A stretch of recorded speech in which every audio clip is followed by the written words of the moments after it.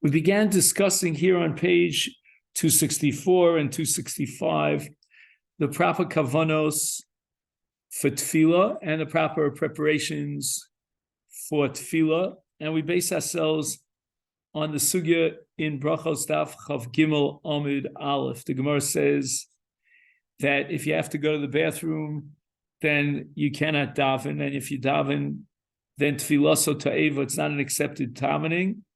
And the Shulchan Aruch in Orach Chaim Tzadi Beis codifies this. Im yispal to tefillah so ta'eva tzarech lachzor lispal, he has to daven again. And we broke it down into three different paragraphs. The first paragraph was that before someone davens, he has to check out his body, and he has to see if he can maintain himself for what's called a halichas pars, which is 72 minutes. That's 4 meals. Each meal is 18 minutes. And if he won't have to use the bathroom for the next 72 minutes, then he goes and he davens. However, if he sees that within a shir zman of a parsa, within the next 72 minutes, he's going to have to go to the bathroom, he should not daven. He's allowed to say Kriyat Shema if it's not urgent. He's allowed to be Mevarach Brachos. He's allowed to study Torah. But he's not allowed to daven. If he went ahead and he davened, then since he doesn't have an urgency to go now, he'll have to go within a parsa. Therefore, b'di'evet, his tefillah is valid. Second paragraph. If he sees that, you know what, it's really pressing, and he's going to have to go to the bathroom in the next short amount of time, then it's not like the first case where, although he sees that he's going to have to go to the bathroom, but it's not in any way immediate. Here, it's within a certain period of time he's going to have to go. And then if he goes within that period of time, then his tefillah is not acceptable. He's going to have to repeat his tefillah. However, we now have a third paragraph, and that's the case. Just going to do something technical here. Sorry. Okay, now I don't see it here, of course. Just 1 second. How do I do this to knock out the background noise? Okay, not finding it right this second. So again, I'm sorry, I got distracted by some noise. No, I think I know where this noise is coming from.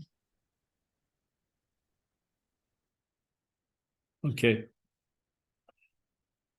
So again, in the first case, he checks himself out and he finds that he doesn't have to go to the bathroom immediately, but he will have to go to the bathroom after a shir of parsa. He should not daven, but if he davened, then his davening is okay.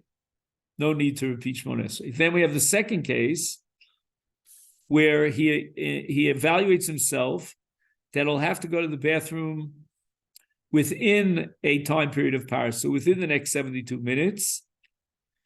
And here, if he went ahead and he davened, then the halacha is hischil be'isur chayav lahafsik afilu be'emtza tefillah. He's going to have to stop in the middle of tefillah, and his tefillah is toeva. He's going to have to repeat his Shmona Esrei because he has to go within the 72-minute period. In that case, he's not even allowed to say Kriyat Shema or read brachos. However, b'di'evet, if he read Kriyat Shema, he was Yotzei. Now, what happens to a person, this is the third paragraph, who in the middle of Shmona Esrei, he realizes that he has to go to the bathroom. So here we have a leniency, and we don't force him to stop in the middle of Shmona Esrei. He completed Shmona Esrei, and then he'll have to relieve himself. Okay, now we get to the topic for today, and that's preparation for tefillah. First of all, the mental state that's appropriate for tefillah. The Mishnah says in Brachos Daf Lamed Ein Omdim L'Spalel Mitol Kovid Rosh, and you have to be in a serious mood. And the Hasidim Rishonim would wait a full hour to prepare themselves for davening. So that kavanah would be a proper kavanah. So we're now looking in the Shulchan Aruch in Siman Tzadi Gimel. Number 1.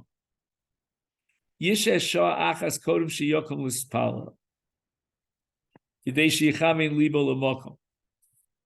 In other words, the Shulchan Aruch takes this statement in the Mishnah about Hasidim Rishonim as the normative requirement of halacha. But as you and I know, it's very difficult to impose upon a person a full hour of preparation before davening. So if you cannot prepare yourself for that full hour, then take a period of time, whatever it is that you can possibly allow yourself, and start concentrating and focusing on your tefillah. Now, you should stand in Shmon Esrei, says the Shulchan Aruch, B'ema ubachna, in a state of fear and reverence, but not in a state of schok v'kals rosh, and not in a state of dvar b'telim or mitoch kas, elo mitoch simcha. And the Mishnah gives us an example of simcha, which is codified here in the Shulchan Aruch, Divrei Tanchumim Shel Torah, which means something to do with Geula, or for example, a statement in the Tehillim which encourages Tefillah, like for example, Ritzon Yev Yaseh, or Shom Hashem Eskol Ohavo.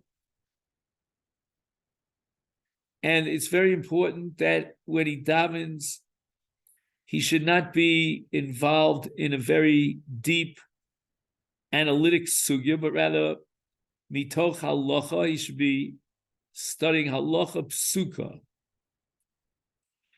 And the Ramah adds a comment that halacha psuka is another example of simcha. So we had geula, we had Ashrei, we had Ritzonya of Yaseh, Shomer Hashem Eskol Avav, and now we add halacha, the study of halacha, ki pekudei Hashem yishar b'samchi lev.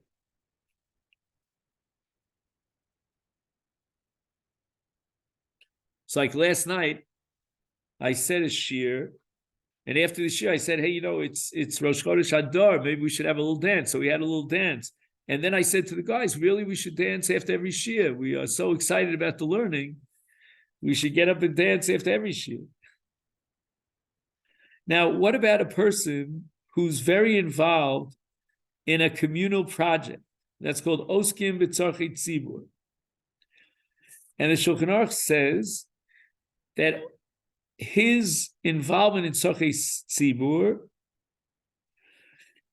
exempts him from any of these required preparations, because it's as if he was Osek B'Torah. And therefore, immediately he can get up and daven Shmon Esrei, and it's as if he was in a state of simcha by virtue of the fact that he was Osek B'Tzarchei Tzibur.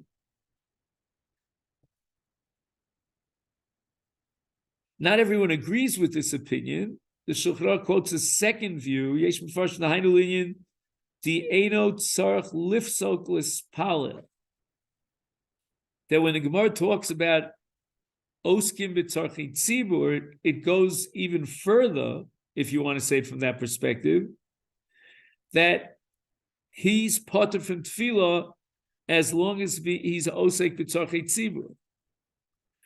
And the question is going to be, if, let's say, the Zman Tefillah passes, will he be chayiv in tefillas tashlumin? And my guess is, as we'll see as we go along, that he's not even chayiv in tefillas tashlumin, because halacha tells him not to daven.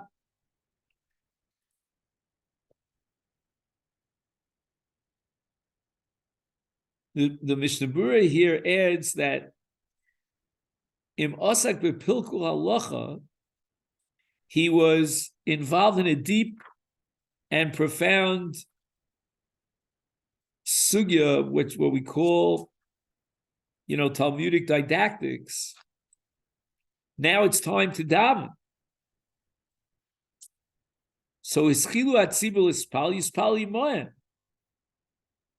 Even though he's not going to be able to really fully concentrate on his tefillah because he's so involved in this profound analysis, but nevertheless, the Mishnah Berurah adds that today we don't have as much kavanah in tefillah as we did back in the day, and therefore this requirement that he should avoid pilpul shel Torah and he should be involved in halacha psuka, that's only lechatchila, but it's not likuva. Shulchan Aruch, again in the same simon, told me to staka kodem tefillah. All right, there are a lot of different minhagim as far as staka before tefillah. Some will give staka before birchas kriyat shema, others before they daven. And there are those who give tzedakah even after they daven. That's fine too.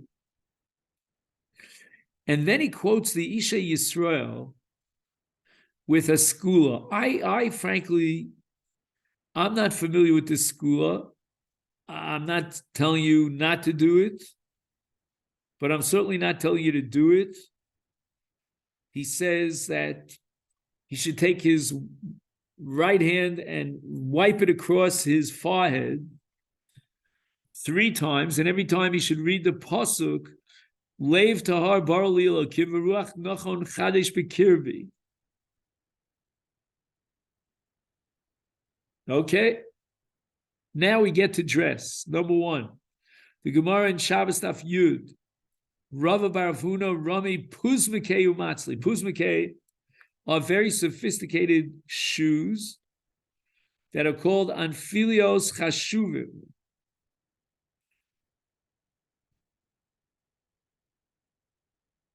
Now, he gives you a translation of anphilios, and in my reading of it, it says kalchus.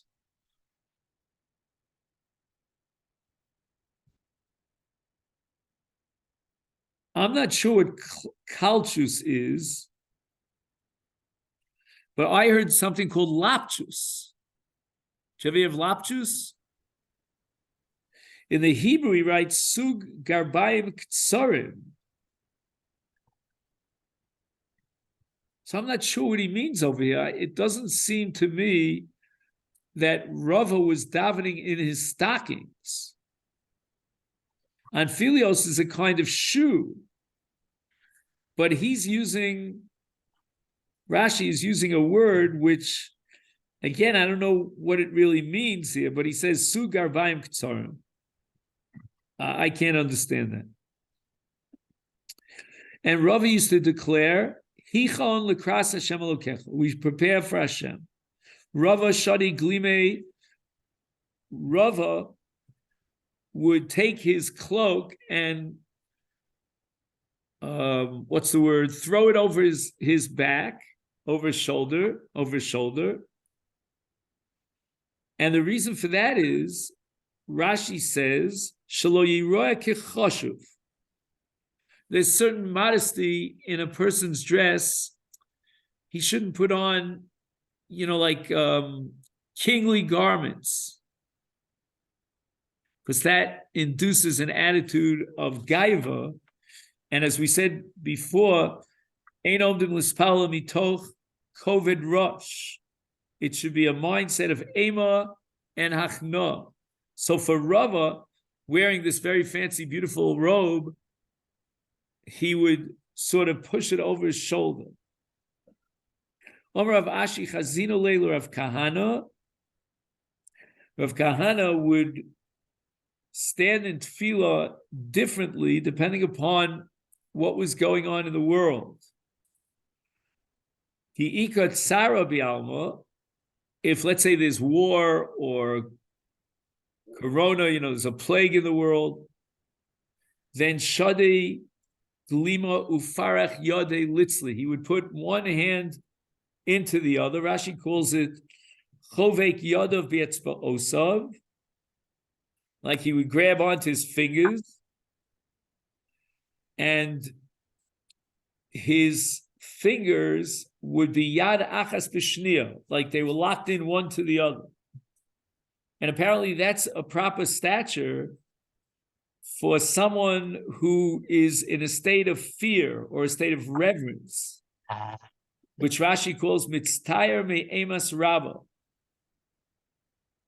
But it seems like Rav Ashi says about Rav Kahana, he did this only when there was tsar in the world. Ki avda kami mori, like an Eved in front of his master. But kika shalme, when there was peace in the world, lavish, he would wear his clothes, miskase umisate fumatzli, and he would cover his head, likely with his talis, and he would daven. But either way, it was response. In other words, he would choose the posture based on the response to what was going on in the world. And one might say that based on this Gemara, a person should be aware of what's going on in the world.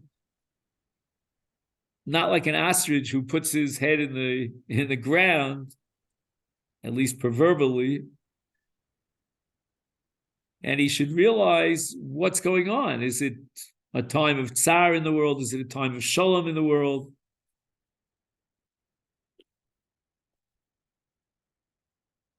The Mechaber, and now we're going backwards to Simon Tzadi Aleph.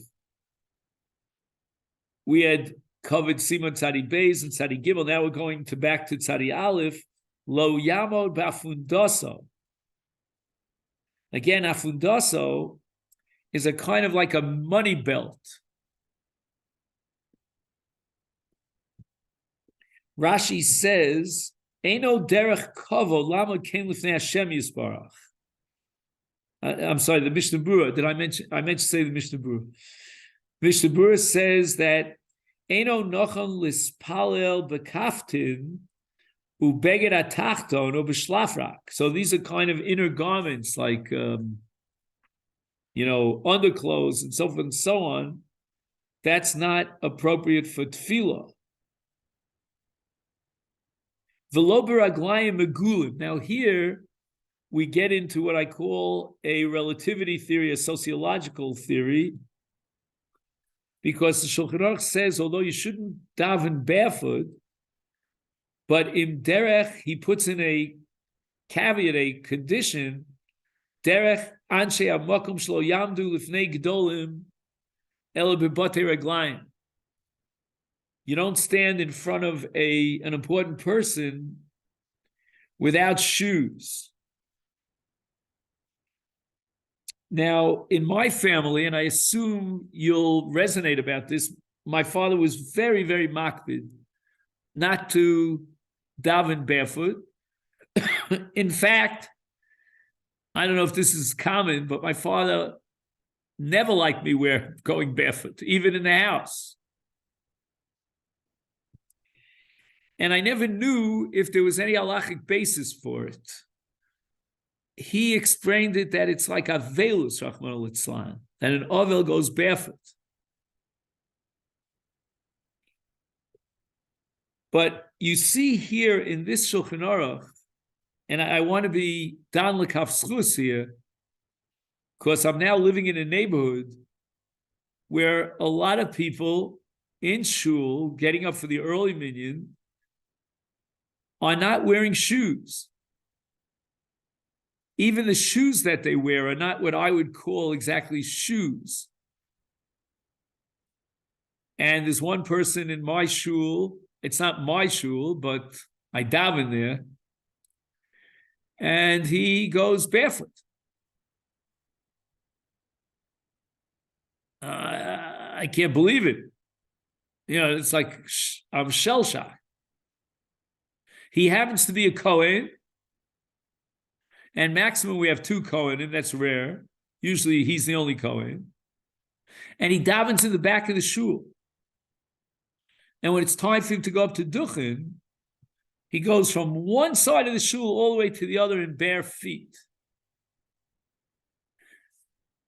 But I think perhaps derech anshe hamakom, you have to, it's relative.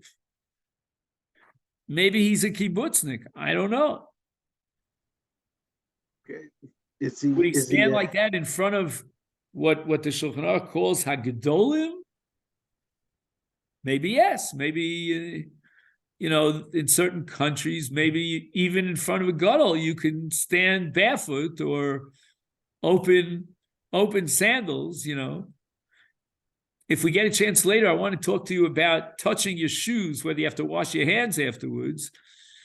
And some say that if you put on slippers, you don't have to wash your hands, even though they come in contact with the slippers. And some say even sandals, if they're open in the back, they don't have a din of nalayim. And therefore, you don't have to wash your hands. Maybe we'll talk about that later. But be it as it may, could be that if you would stand in front of the Gdolim in such sandals, then that gives it a din of nalayim. And you can daven in them. I don't think in your part of the world they would do such a thing. Could it be that he has this feeling of the offer of Eretz Yisrael? I mean, is he... All right. Look, I tried to be matzdik side, but I didn't go that far, Joe. I'm just...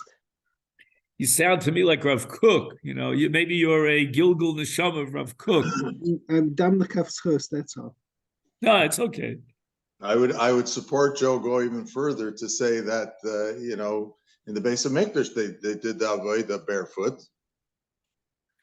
Yeah, but I don't think they daven barefoot, as far as I know. There's one thing, doing the avodah, because that has to do with what is davening is like the avodah in a lot of ways. Well, maybe, but he would do that even if he was davening outside.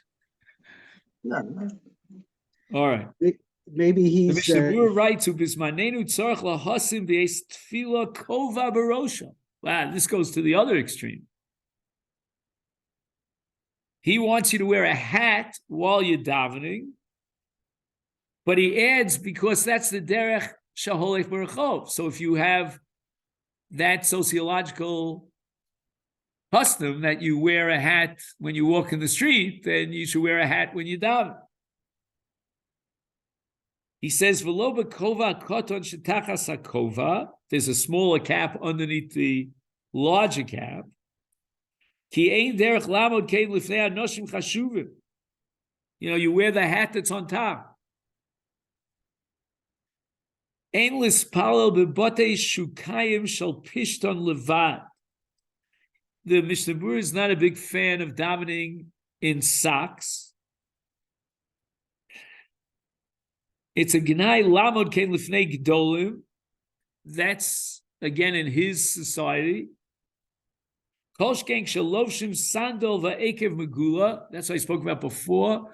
His heel is exposed, and this sandal only covers the front part of his foot.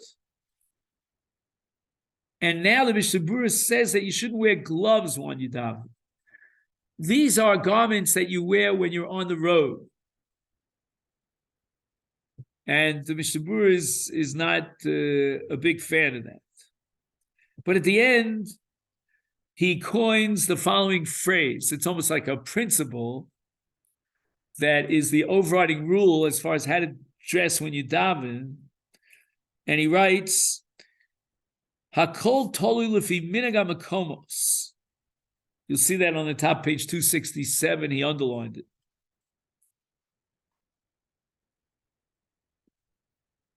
All right, fine. Now he has a case where his clothing is so low, not low, but so long that it even covers his feet, and therefore his feet that are not covered with shoes are covered by the garment, and he says that's okay. What else besides the clothing and the shoes and the kavanah that we spoke about? In the same siman, Shulchan Aruch says tzarich la'azar ezar b'shas tefillah. This is what we call in Yiddish a gartel. Afilu yesh lo avneit shein libo roas ha'erva. Even if he has something that separates the top part of his body from the lower part of his body, nevertheless he should add something special for the tefillah, and that is an azar.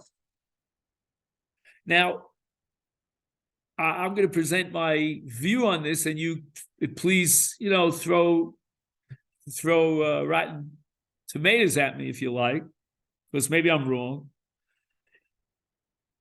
But I would think that if he's wearing undergarments that have a, so to speak, like a rubber ribbon around it, and then he adds a belt on top of his slacks, then that would be an azar. Why?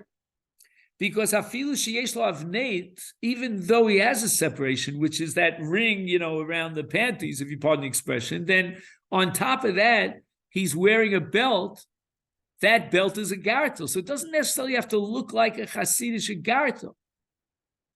But I would add one proviso. He should have in mind, I'm not saying it's likuva, but ideally he should have in mind when he puts on the belt that he's fulfilling the requirement, the mitzvah of hikon, of preparing for davening. Now, chances are his belt might already be there from Kadmis Dinan. He doesn't take it off and put it on. It's like I know someone, I know him pretty well. I think I know him. Anyway, that never ties his shoelaces. That's because his shoelaces are always tied. He never takes them apart and puts them in again. Same thing with a belt. But here he's saying Mishum Hikon. Hikon is a mandate that requires of us to do an act that prepares ourselves for tefillah. But as far as reciting brachos are concerned, he has the avneit that separates the top part of his body from the lower part of his body. That's fine. The hikon halacha kicks in for tefillah, not for brachos, but for tefillah. It's like we saw before, that if he evaluates himself that within the next 72 minutes, he's going to have to use the bathroom, then as far as tefillah is concerned, he should not daven. But he would be allowed to recite brachos. Again, it depends on the 72 minutes before or after. The Mishnah Berurah says, "But the evidence mispal below ezer yotza, it's not likuva. V'yesh omrim od dafka misha rogel kol hayom v'chagora, v'ol misha ol kol hayom below chagora, gam b'shas hatfila ein tzorech lachgor v'des chasidus af b'chaygav." So here's a person who doesn't wear a belt during the daylight hours. And the Mishnah Berurah says that to add a belt and require such a thing is only midas chasidus. I found that very strange. I don't know, the Mishnah Berurah might be quoting, I'm sure he's quoting other earlier poskim, but the statement itself is, in my mind, is tomua, because we want an action of hikon. So the fact that he doesn't wear a belt during the day, adarabah, by putting on the belt for davening, he's fulfilling hikon. And the Mishnah Berurah downgrades it, so to speak, to a level of midas chasidus, but it's not in any way halachically required. I would have said just the opposite.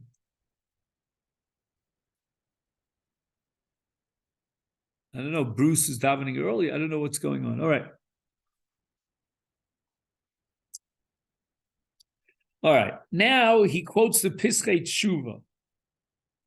Tzorach lazar ezor b'shas hatfila afilu yesh lo avnei shein libo roas ha'erva mishtabura rotza lomar avnei shel michnasayim hamafsik bein libo le'erva ach ein hakavana shetzorach sheyeh chagora b'michnasav the etzem levishas michnasayim afilu ein beim avnei v'chagora klal harei mafsik bein libo le'erva. Ukafisha Pirush HaMishnah Berurah b'Yesar Archava Linyan Berchas Ozer Yisrael B'Gvura Al Levishas Chagora Avneit Avneit De'Hacha Hu Michnasayim V'chein Havneit Shehizkir HaShulchan Aruch Afal Gav B'Lashon HaTorah Avneitu Chagora Kirichsiv B'Avneit Bad Yachgor Mikom Mikom B'Lashon Chacham Lefamim Korim HaMichnasayim Avneit. So the upshot of this Piskei Tshuva is that the slacks themselves serve as a separation between the top part of his body and the bottom. And that's called, in our modern Hebrew, Michnasayim, but in the language of the Mechaber, it's called an Avneit. So nobody seems to say what I said, that it's not enough to have a separation. You need an action specifically earmarked as hachana for tefillah in order to fulfill hikon, and therefore add a belt if you don't wear a belt, or when you put on the belt, you should have in mind that you're preparing for tefillah. Now let's take a look on page 268 at the Yalkut Yosef. He says the following: Afal pisha tov v'nochon lachar chagora. Now I don't know what he means by tov v'nochon. It sounds like midas chasidus again. Mikol makom kayom somchim al michnasayim hamehudakos. You know, there's a clip. It doesn't even mean a belt. O hagumi shebesoch hamichnas hatachton. That's what we spoke about before. The rubber in the underpants. ובפרט שיש אומר דמי שההולך כל היום בלי חגורה, גם בשעת התפילה אין צורך לחגור. ובין שהשכיל לחגור גרתו בתפילה ויאב מסבייש מזה, שלא בו לא שבנו נאסיס משונה, he became such a framak that he wears a gartel, or could go like in the Sephardic community, that the Gdolei Sfarim didn't do it. Yesh lachosh mishum mora av, im yesh bedor bizoyin la'av.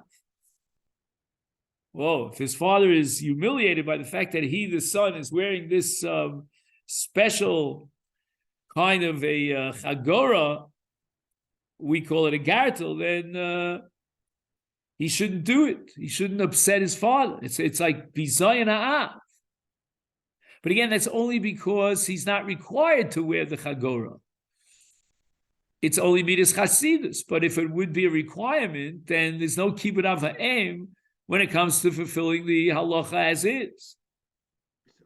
But he's only saying this with regards to the belt. He's not saying this with regards to other things that the son would take on. Well, I'm not sure what you mean. Is the son taking on something that A, is not required, and B, that is humiliating to the father? If you have A plus B, every case you have to deal with. Like, for example, if the son is wearing shoes as opposed to open sandals, that's not something that the father has a right to object to, for two reasons. Why would this be humiliating to the father for him to tie it, to put on the gartel? Because in a sense, it's insulting the Sephardic tradition that goes back hundreds of years. And they didn't wear a gartel. And they were gedolim, great chachamim, and they didn't wear these gartels. So he's wearing a gartel. He's like deviating from the past, breaking away from tradition with a sort of an implication that they didn't do it right. It's strange to me that Rav Yosef doesn't quote the halach of yuara here. He's not willing to go as far as to call it yuara, because maybe the son is really genuine about it. He's not trying to prava frumkeit, but he really believes that this is a midah of chasidus. But at what expense? He's now causing his father a situation of bizayon. He calls bizayon ha'ah.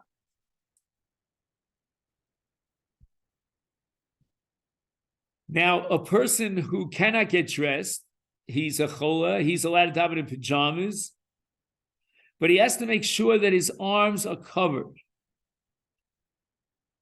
As a general rule, a person should not be davening in pajamas. If he can, let him cover his pajamas with some sort of a cloak.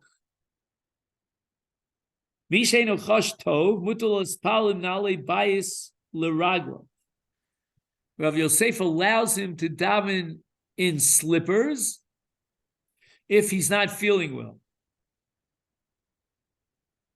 And he doesn't have to put on shoes. But again, to daven in slippers is not really acceptable as a general rule. He should not daven when he's barefoot, and certainly not without socks. L'chatchila, he should tie his shoes before his tefillah. He sounds like he's repeating himself here. Okay.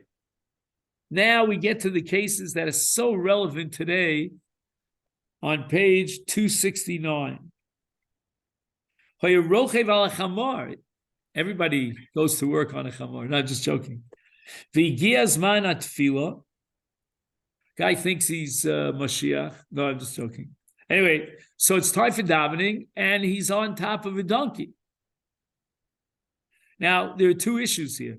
One issue is that he's afraid of falling off the donkey because he's not concentrating and he might fall. And the other issue is, in general, is that the proper place to daven when you're sitting on the back of an animal?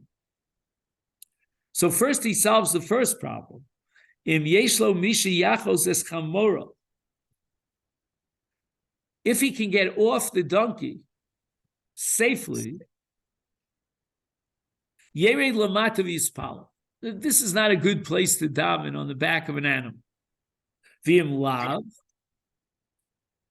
If he can't get off the animal,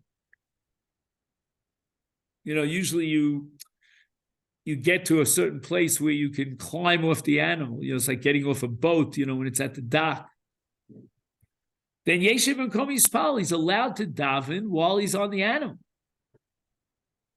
And Rebbe Omer Ben Kachu Beker Yeshiv Ben Kom Yispal Fishay Dai to be Sheva Salav.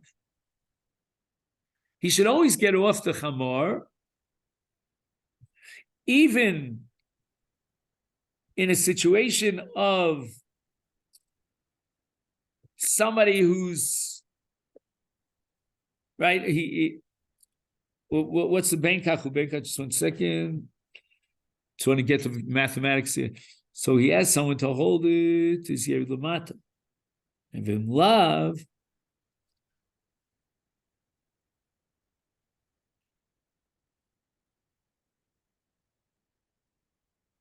Oh, I see what's going on here. I made a mistake.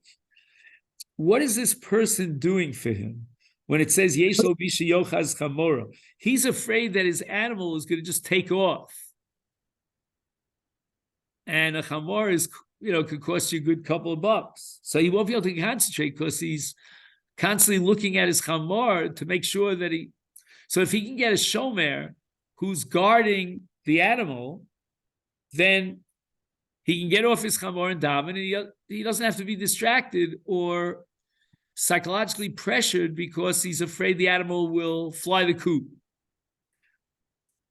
So best that he get off the animal. Again, if he's not going to be torrid because somebody's watching the animal. Rebbe Omer Ben Kachu Ben Yeshim Kolos Palo. Rebbe says it's not going to calm him down when he gets off the animal and someone's guarding or watching the animal. He's still in a state of distraction. And ain't daitu misheva. And therefore Rebbe maintains that the best of all scenarios here is that he remain on top of the animal and daven. And the Gemara seems to paskin like Rebbe. All right, there's a lot more here, but I want to take a look at the Shulchan Aruch for a minute on the bottom of 270. And now we're fast forwarding to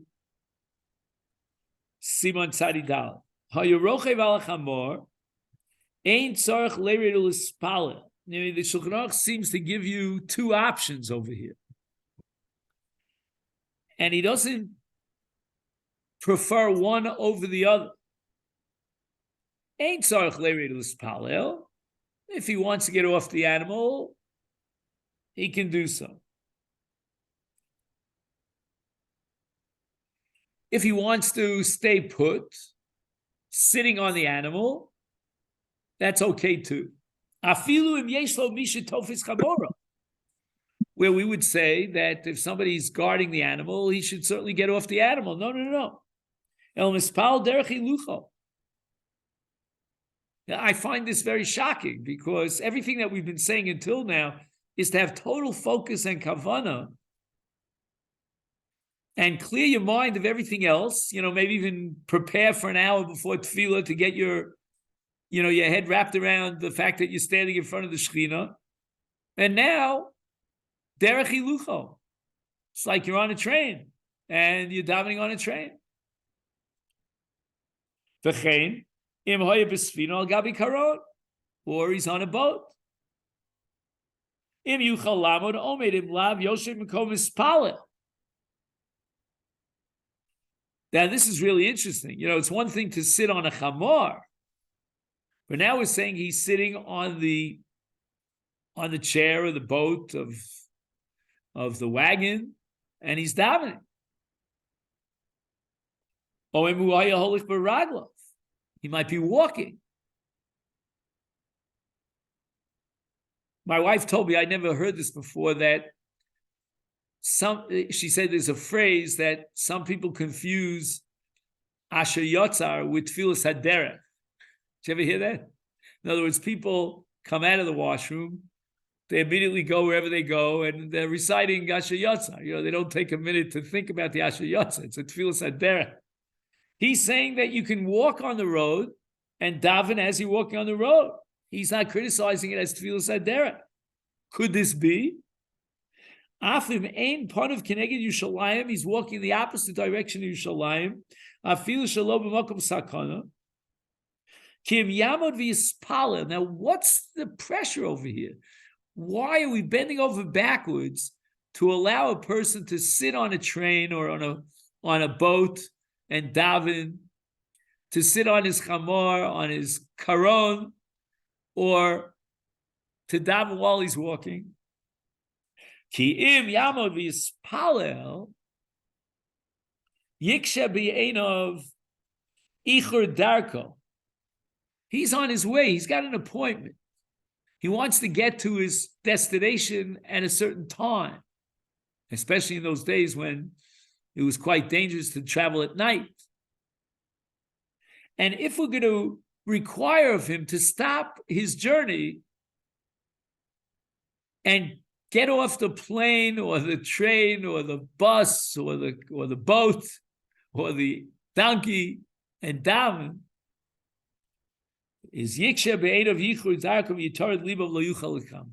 The tirda in these two choices, in these two options, the tirda of getting off and realizing he's going to come late to his appointment, or maybe he'll travel at night, is even more important than davening in a standing position on the ground and getting off the boat. And I'm assuming it's a private boat. Imagine you're on I never was zocher to this, but on a cruise, and they stop and you say, oh, I got to daven. By the time you finish your davening, the cruise is already halfway around the world. That's not going to be a good thing. The next cruise comes in a week. You're stuck on a glacier in Alaska. You know what I mean? That's not.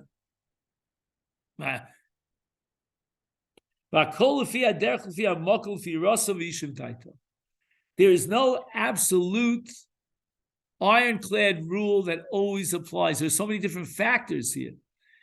How often will you be able to get transportation? How quickly do you have to get to your goal, to your destination? How fearful are you of stopping and terminating your trip and being exposed to whatever? However, yesh machmirim lamod bi avos v'roi lochish l'dvei b'ushlo mokom sakon. At the very least, says the Shulchan Aruch, for avos, he should get down and stand on the ground. And this halacha that puts avos in a special category, special status, is a Gemara with regard to kavana. And the Gemara says that someone who's tarud, and he's got some very great pressures on his mind, he shouldn't daven, but the Gemara says if he can daven avos, he can get through the first bracha while he's concentrating, that's enough. So we see that the kavanah for avos sort of carries him over for the entire Shmon Esrei. And the requirements of avos are that much greater. You have to have kavanah during avos.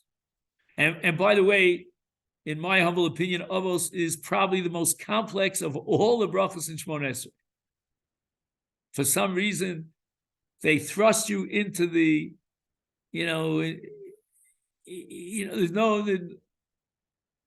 there's no sympathy here. Every word in avos means something else. Gadol, Agiva, Nora, and Elokeinu, Elokeinu. What's the difference between Elokeinu, Elokeinu, what's Avram, what's Yisrael, and maybe Goel of Nevanei lunch. There's so much going on over here. Like every word is a different kavanah. And yet, in Hilchas Kavanah, the absolute bare requirement, bare basics is going to be the first bracha of avos. Hakol holech achar atchila. So if Ma'aseh Machshav Tchila means that bracha of avos will set the tone for the entire Shmon Esrei. So Chach, at least get off the boat and stand on the ground for avos. Very interesting. He just said avos on the ground. Now he's going to get back onto the donkey, onto the boat.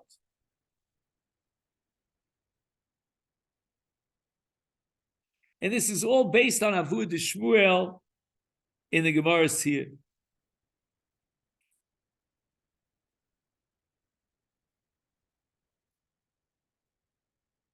So in a funny sort of way, a kula is really a chumrah.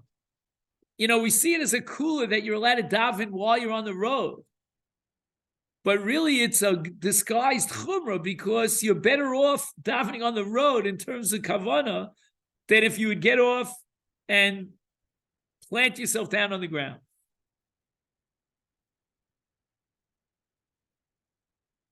And now we get to Zmanei Tefillah. And this begins on page 271. I don't expect that in the next 12 minutes we're going to be able to cover the laws of Zmanei Tefillah. And now we're turning the clock back to Peites.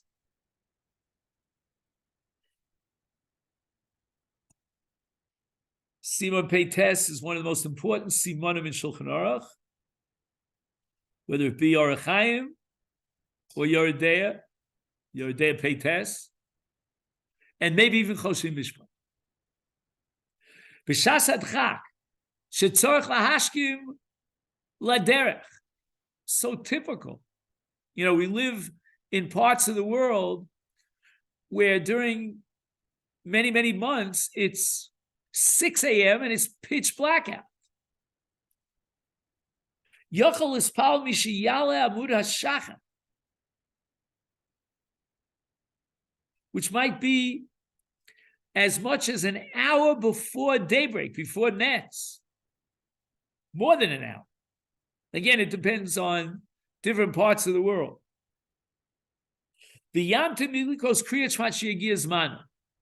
What does he mean? he's going to daven Shmona Esrei without Kriyat Shema. And he's going to assume that even though he is a mashkim laderech, he's on the road, he's going to be able to recite Kriyat Shema later on. Well, what happens if he won't even be able to say Kriyat Shema while he's on the road? He's driving a car, a motorcycle, I don't know what he's driving.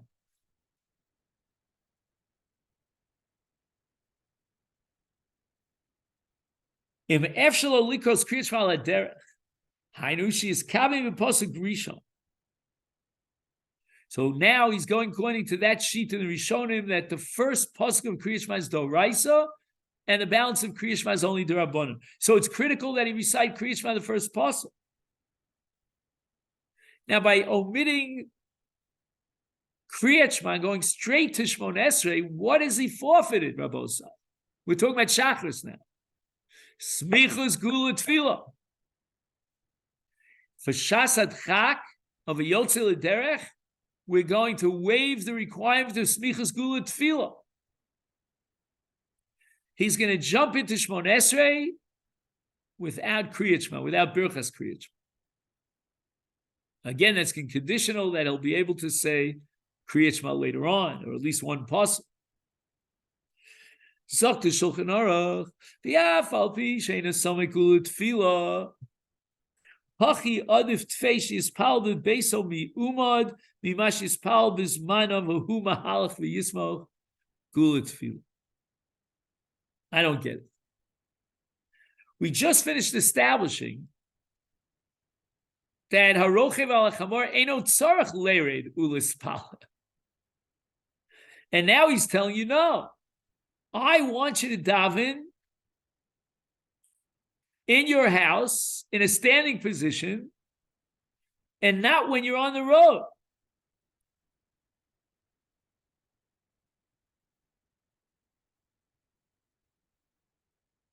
And hachi adif tfei, better that you daven at home in a standing position. Mimashi yispal b'zmanav u'mahalek. So we have to introduce a number of answers here. First of all, we said before that there's so many different factors that go into this equation.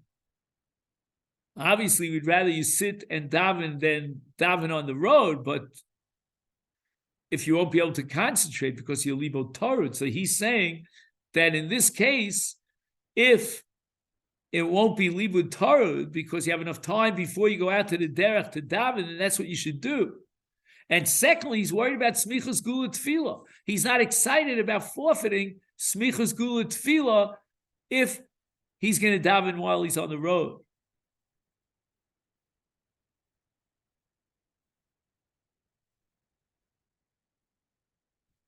But he says the following.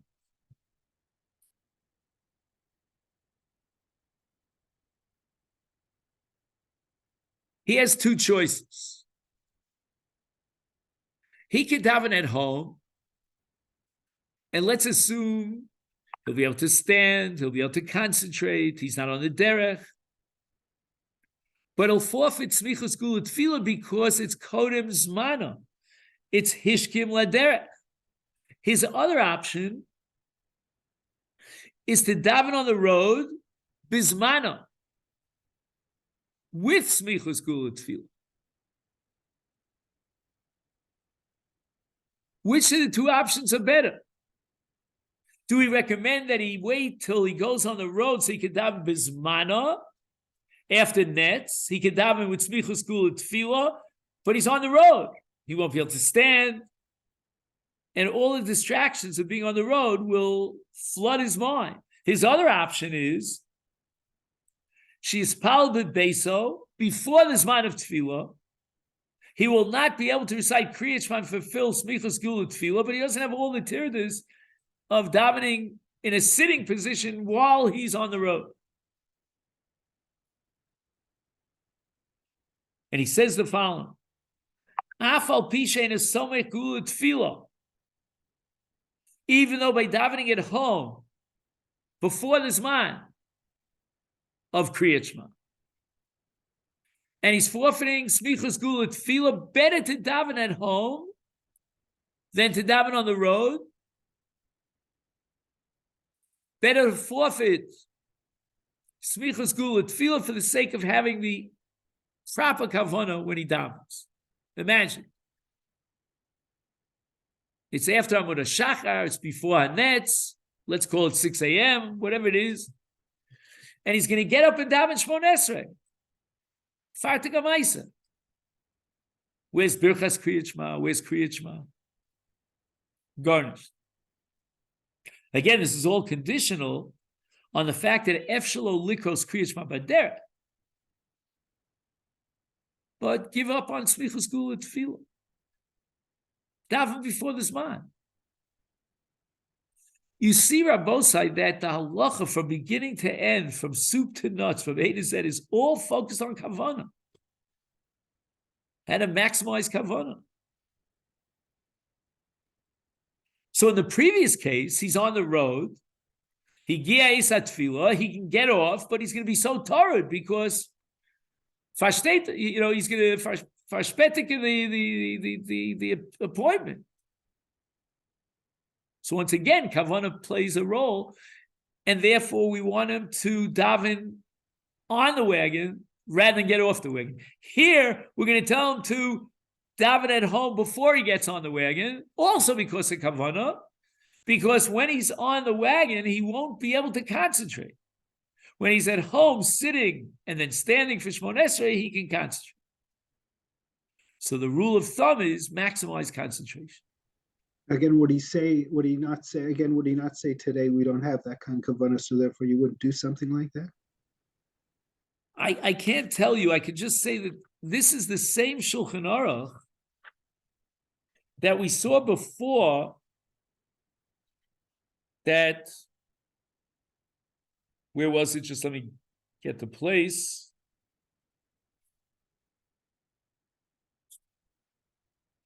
On page 265, if you can switch back for a second.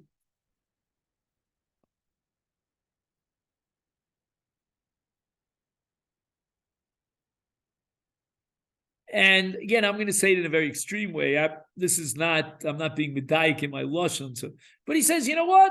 Before tefillah, you want to learn a good sugya, want to delve into a good sugya. I'm not talking about daf yomi. I mean, daf yomi be'iyun, It's okay. Why? Because we don't have the kavanah that they had. So we'll give up on halacha psuka. We'll have the simcha of Kudei Hashem Yesharim, and we'll learn a sugya, and leave out halacha psuka, and he'll get up and daven. How can we allow such a thing? And the Mishnah Berurah says, because ein anu mechavdin kol kach b'tefillah. I would have to apply that here to the Shulchan Aruch as well, straight across. The Shulchan Aruch is very well aware of the fact that we don't have the kavanah that they had. Kach nirul ani yastaiti, I can't promise you. But if that be the case, then we are still going to dominate our decisions by the consideration of maximizing kavanah. So you're asking all these questions. Should he daven while he's on the boat? Should he get off the boat? Should he daven early at home, giving up on Zvan Tefillah, Zvan Kriyat Shema, and forfeiting Smichus Tefillah, or should he daven on the road? All these issues that come up so often, so frequently, there's no ironclad psak. There is so many different factors, as we saw before in the Shulchan Aruch, where he says, "Hakol lefi haderech, lefi hamakom, lefi yiraso, liyishuv daito." And this is going to be the overriding determining factor. Before, when we were talking about with a belt, without a belt, shoes, open shoes, socks, not socks, and all that, the overriding factor was Hakol lefi minhag hamakom. There too, we had a relativity theory relative to the place. maybe in certain countries they wear kinds of shoes that you and I would not wear, and vice versa, and so forth and so on. Lefi hamakom. But now we're saying Lefi Yishuv Daito. And in my humble opinion, I think what the Shulchan Aruch is saying here is that you can't come to the Rav and expect that the Rav is going to open up the Shulchan Aruch and give you an answer to your question. There are pros and cons in each direction, but the final determining factor is to maximize the Yishuv Adas. And all this is going to be relevant to davening on buses, on trains, in a car. Again, you're not driving the car, and all sorts of public transportation. Best thing will be if he can get off at a certain stop, or if it's a whole group of Jews, let them set that in the itinerary, and he will not miss anything by it. He'll be able to stand. He'll be able to daven with Yishuv Adas. But then we have the cases where if he gets off the public transportation, he's in a state of tirda, and he cannot concentrate. Maybe he's in a sakana situation, and maybe he won't be able to hop on the next bus, Gus. And therefore, we're going to allow him to daven on the plane, on the train, on the bus. Now, planes, we'll get to B'li Neder on another occasion, but this more or less brings us to the end of page 272, and I always like to tell David, I'm assuming he's there, that the next topic we want to discuss, Mirza Hashem B'li Neder, is Tefillah B'tzibur, and if you could possibly start with page 274, and this will take us to the end of that chapter, which is on page 282. But then what I really want to get to is chapter 280, page 286, and that'll take us to page 295. Okay, then, so basically it's from page, what did we say already? I forgot. 274. Right, all the way to 295. Okay, Nice. then it's not I really 20 pages. already said 274, 283 last night. Oh, all right. So you're already ahead of the game.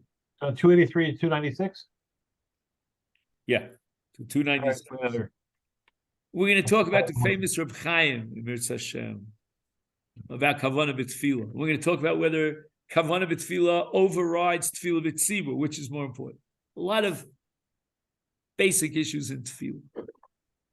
Okay, then. So again, I don't know if Yudi's still here, but wishing you all a Chodesh Tov. What's your address in there?